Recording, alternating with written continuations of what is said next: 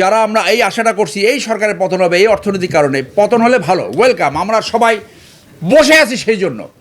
হচ্ছে না, কিন্তু পরিস্থিতি যদি এরকম হয় যে 2029 পর্যন্ত এই শরীয়ত সরকার কন্টিনিউ করতে পারছে, তারপরে সিচুয়েশনটা কী হবে? আমি একটু ছোট্ট আমার আশঙ্কার কথা বলি। তখন আওয়ামী লীগের একজন তোষণকারী দিয়ে বলা হবে যে প্রধানমন্ত্রীর শরীর ভালো আছে, উনি আরও 5 বছর কন্টিনিউ করতে পারবে, অর্থাৎ আরও 5 বছর কন্টিনিউ করে।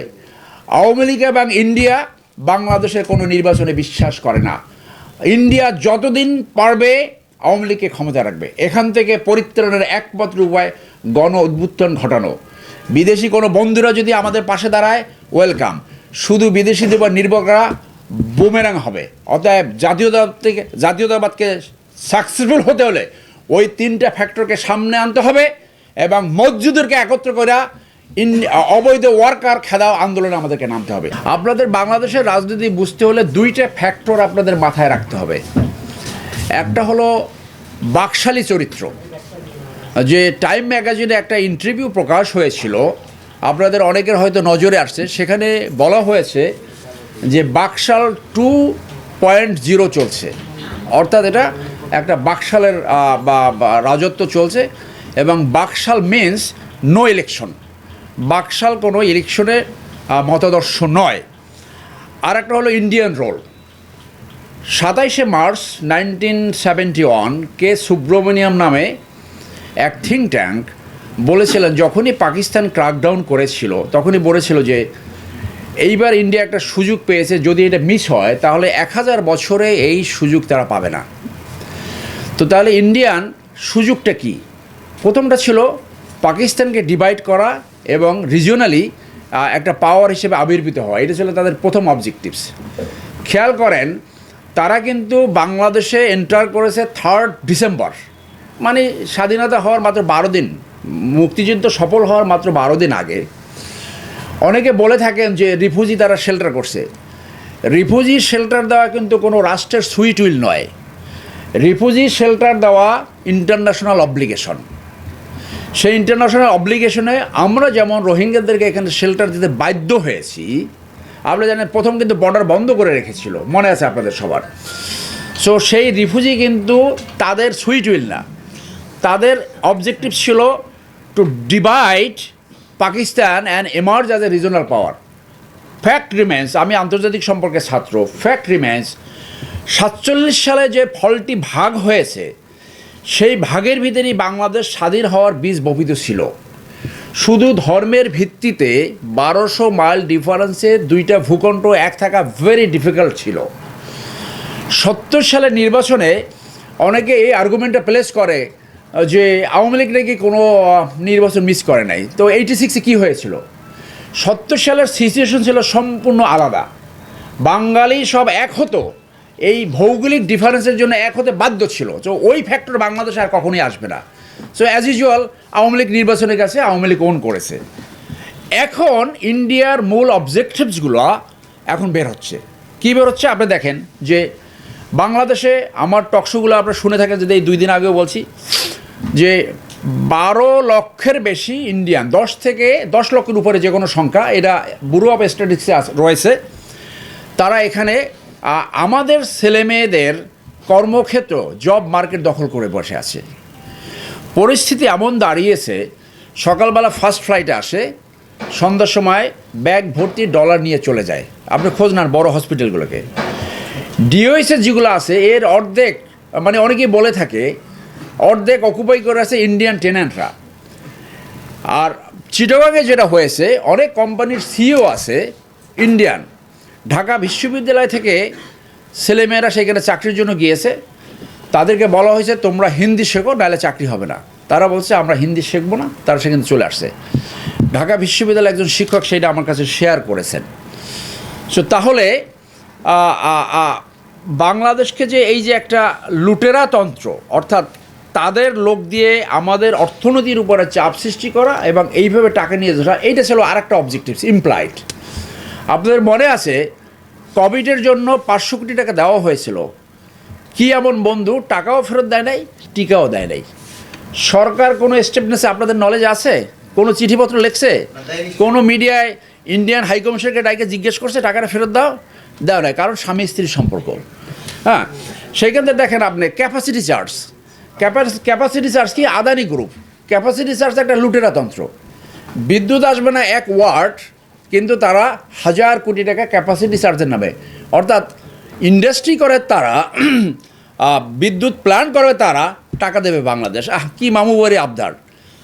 তো এই রোলের কারণে যে ইন্ডিয়ার একজন প্রফেসর অনুরাধা দত্ত ইন্টারভিউ দিয়ে বলেছে, যেটা প্রথম আলোতে প্রকাশ হয়েছে, আপনারা দেখেছেন, যে বাংলাদেশের গণতন্ত্র ইন্ডিয়ার বিবেচ্য বিষয় নয়। বাংলাদেশের গণতন্ত্র ইন্ডিয়ার এখন মুখ্য বিষয় নয়। বাংলাদেশের স্টাবিলিটি এবং নিরাপত্তা, তাদের ভাষায় এইটা তাদের বড় কনসিডারেশন। বাংলাদেশ নিরাপদ এবং স্টেবল থাকে শুধু আওয়ামী লীগ সরকার যখন থাকে। তাহলে একদিকে হলো বাকশালী চরিত্র, যেখানে কোনো নির্বাচনের কোনো ক্যারেক্টারিস্টিক্স নাই, আরেকটা হলো ইন্ডিয়ান অবজেক্টিভস। এই কারণে আমরা বলি যে আজকে যে দলটার নেতৃত্বে বাংলাদেশ স্বাধীন হয়েছে, সেই দলটি স্বাধীনতার চেতনার সম্পূর্ণ বিপক্ষে অবস্থান নিয়েছে। স্বাধীনতার মূল চেতনা কী ছিল? গণতন্ত্র, সুশাসন, ন্যায় বিচার, সাম্য, মানবাধিকার। কোনো কিছু এখন আর এই রেজিমের ক্যারেক্টারে নাই, কোনো কিছু নাই। ভোট যদি না থাকে তাহলে মানুষের কাছে তাদের কোনো জবাবদিহিতে থাকে না। জবাবদিহিতে যদি না থাকে তখন যা কিছু তাই তারা করতে পারে। আপনি দেখেন যে আগের পররাষ্ট্রমন্ত্রী, আমরা অনেকে যোগ করে বলে, পরচুলা মোমেন সাহেব বলেছিলেন যে স্বামী স্ত্রীর সম্পর্ক তো আসি, তারপরে উনি এইখানে একটা হিন্দু কমিউনিটির মিটিংয়ে বললেন যে আমরা আমাদের ইন্ডিয়ার বন্ধুদেরকে বলে আসছি যে যেভাবে হোক আমাদেরকে শেখ হাসিনা সরকারকে যেন ক্ষমতা রাখা হোক। আর এই মন্ত্রী মিস্টার হাসান সে ইতিমধ্যেই স্টেটমেন্ট দিয়ে বলেছেন 14 সালের নির্বাচন বিরোধী দলরা ভণ্ডুল করতে চেয়েছিল, ইন্ডিয়া আমাদের পাশে ছিল, করতে পারে নাই। 18 সালেও করতে চেয়েছিল, ইন্ডিয়া আমাদের পাশে ছিল। 24 সালেও তারা আমাদের পাশে আছে এবং ভবিষ্যতে পাশে থাকবে। তাহলে আপনারা সরকারের মূল অবজেক্টিভসটা বুঝতে পেরেছেন। আজকে যে স্বৈরতন্ত্র বাংলাদেশে গেড়ে বসেছে, পৃথিবীর ইতিহাসে যারা ইতিহাস পড়েছেন, যারা আন্তর্জাতিক সম্পর্ক পড়েছেন, অত্যন্ত শক্তিশালী একটি ফ্যাসিজম, যার পাশে 3টি রাষ্ট্র রয়েছে, ইন্ডিয়া, চায়না এবং রাশিয়া। তো এই পরিস্থিতিতে আমাদের এক বন্ধু দেখলাম বলল যে 1 বছরের ভিতরে সরকার পতন হবে। আমি জানি না উনি কিসের ভিত্তিতে বললেন। আশাবাদী হওয়া ভালো, কিন্তু ফলস ফ্রন্ট সৃষ্টি করলে সেইটা মূল আন্দোলন ব্যাহত হয়। ফলস ফ্রন্ট, আপনি একটা আশাবাদ সৃষ্টি করলেন কিন্তু সেটা কার্যকরী হলো না। 2014 সালে এরকম একটা ন্যারেটিভস আসছে যে এই সরকার আর বেশি দিন টিকতে পারবে না। 18 সালে একই ন্যারেটিভস, 24 সালে একই ধরনের ন্যারেটিভস।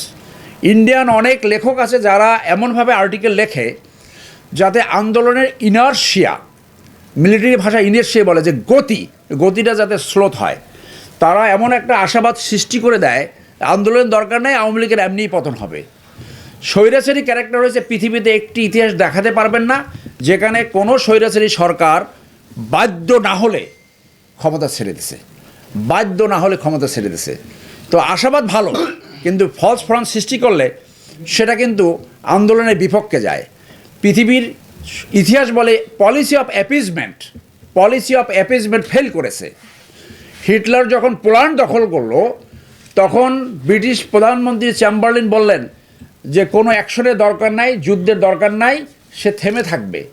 কিন্তু সেকেন্ড ওয়ার শুরু হওয়ার সাথে সাথে 3 দিনের ভিতরে ফরাসের পতন হয়। সো পলিসি অফ অ্যাপিজমেন্ট কোথাও ওয়ার্ক করে নাই। সেই জন্য জাতীয়তাবাদ বাহন আদর্শ যারা বহন করে মনে প্রাণে কার্যক্রমে, তাদের যেমনটি বলেছে এক হতে হবে। জাতীয়তাবাদী ধারণা সাকসেসফুল হওয়ার 3টি ফ্যাক্টর ছিল, খুব খেয়াল করেছেন 3টে ফ্যাক্টর। 1 নাম্বার ফ্যাক্টর ছিল bring the good people in the forefront of the politics. চরিত্রবান ভালো মানুষকে রাজনীতির সামনের সারিতে আনতে হবে, সবাই থাকবে। তখন মানুষ আকর্ষিত ফিল করে যে এই ভালো মানুষ যদি রাষ্ট্রীয় ক্ষমতা পায় তাহলে আমাদের ভাগ্য পরিবর্তন হবে। 2 নাম্বার ফ্যাক্টর ছিল দুর্নীতির বিরুদ্ধে জিরো টলারেন্স। দলের পদ পজিশন ব্যবহার করে যদি কেউ দুর্নীতি করে, দলের দায়িত্ব ছিল, দায়িত্ব হবে তাদের বিরুদ্ধে ব্যবস্থা নেওয়া। সেটা বাংলাদেশে কোনো দল আছে কি না আপনারা ভেবে দেখেন। 3 number factor, very very important factor, anti Indian sentiment যেটা সবাই বলে, সেটাকে আমি ঠিক ওভাবে বলি না, আমি বলি strong foreign policy against Indian hegemony. Indian হেজিমনির বিরুদ্ধে স্ট্রং ফরেন পলিসি। তালপট্টির কথা আপনাদের মনে আছে? সেই তালপট্টি এখন কোথায়? সেই তালপট্টি এখন ইন্ডিয়া নিয়ে গেছে। জিয়াউর রহমান ওইটা ঠেকাতে পেরেছিল। এক মজ্জু 5 লক্ষ লোকের একজন নেতা ইন্ডিয়া আউট পলিসি গ্রহণ করে সেখানে নির্বাচিত হয়েছে মালদ্বীপে। বাংলাদেশের রাজনীতিতে আজকে এই স্বৈরাচারী সরকারকে সরাতে হলে সবার এক হতে হবে। এক হওয়ার একটা বাইন্ডিং ফ্যাক্টর হলো যারা আমাদের জব মার্কেট দখল করে রাখছে, আমাদের সন্তানরা, আমাদের ছেলেমেয়েরা ভূমধ্য মহাসাগর থেকে লোহিত সাগরে কর্মক্ষেত্র খুঁজতে যেয়ে মারা যাচ্ছে। প্রত্যেকটা ফ্যামিলিতে আনএমপ্লয়মেন্ট প্রবলেম আছে। আনএমপ্লয়মেন্ট এখন হাইয়েস্ট 11%। এই আন্দোলন যদি করা হয় যে এই কর্তৃত্বপরায়ণ সরকার বাংলাদেশের অর্থনীতি এবং জব মার্কেট যেভাবে গ্রাস করেছে, এই সরকার থাকলে তারা কোনো ব্যবস্থা নেবে না। যার দায়িত্ব রয়েছে স্বরাষ্ট্র মন্ত্রণালয়, একজন অবৈধ বিদেশিদেরকে আজ পর্যন্ত এখান থেকে হটাতে পারে নাই, কোনো ব্যবস্থাই গ্রহণ করে নাই। এই জায়গা আমাদেরকে ডাকতে হবে, আমাদের মোহাম্মদ মজ্জু ক্যারেক্টারগুলোকে এক করতে হবে। আমরা সুপ্রিম কোর্টে আলোচনা করেছি, আমরা একটা উদ্যোগ নিতে যাচ্ছি অবৈধ বিদেশি খেদাও। এখানে ইন্ডিয়ান আছে 80%, কিন্তু আরও ইন্ডিয়ান দেখা দেখি শ্রীলঙ্কার আছে, চাইনিজ আছে, এমনকি কিছু পাকিস্তানি রয়েছে। আমাদের ছেলে মেয়েদের, আমাদের সন্তানদের অধিকার, এদেশে কর্মক্ষেত্র সাংবিধানিক অধিকার, সেই অধিকার তারা হরণ করছে। আমরা আশা করি আপনারা সেই আন্দোলনের সাথে শরিক হবেন এবং এই ফ্যাক্টরে আমি মনে করি জাতীয়তাবাদী শক্তি, জাতীয়তাবাদী আদর্শের যে যেখানে আছে বিচ্ছিন্নভাবে সবাই এক হবে। আমরা একটা রাজনৈতিক উদ্যোগ নিয়েছিলাম মূলত জাতীয়তাবাদকে পুনর্জাগরণ ঘটাবার জন্য। জাতীয়তাবাদের অনেক ব্যক্তি যারা একসময় তুখোর রাজনীতি করতেন, তারা এখান থেকে সরে গিয়েছিলেন বিভিন্ন কারণে, আমি কারণ ব্যাখ্যা করছি না। এদেরকে রিভাইভ করার একটা প্রক্রিয়া নিয়েছিলাম। সো যখন দেখলো এখানে ডজনস অফ সেনাবাহিনী অফিসার সংযুক্ত হয়েছিল, এখনও আছে তারা, হান্ড্রেডস অফ লয়ার, অনেক বুজুর্গ ব্যক্তি, যখন দেখলো যে আমরা পাতানো নির্বাচনে যাব না, তখন আমাদের দল, যেটা রিপন বলেছে, কিছু টাউট বাটপার দিয়ে তারা নির্বাচনে নিয়েছে। তারা অ্যাকচুয়ালি বিএনএমের কেউ নয় এবং তার সিদ্ধান্ত নিয়েছে, সেটাও দলের সিদ্ধান্তটা কিছু টুপাইস কামাবার জন্য একটা ধান্দাবাজি করার জন্য এটা নিয়েছে। ওইটা দলের গণতান্ত্রিক সিদ্ধান্ত না এবং আমরা আমাদের অবস্থান যথাসময়ে সবার কাছে পরিষ্কার করব যে আমরা এই দল নিয়ে জনগণের কাছে যাব কি যাব না বা কি করব, সেটা সময় মতন যখন একটু পরিস্থিতি নর্মাল হবে তখন আমরা ব্যবস্থা নেব। সবাইকে ধন্যবাদ।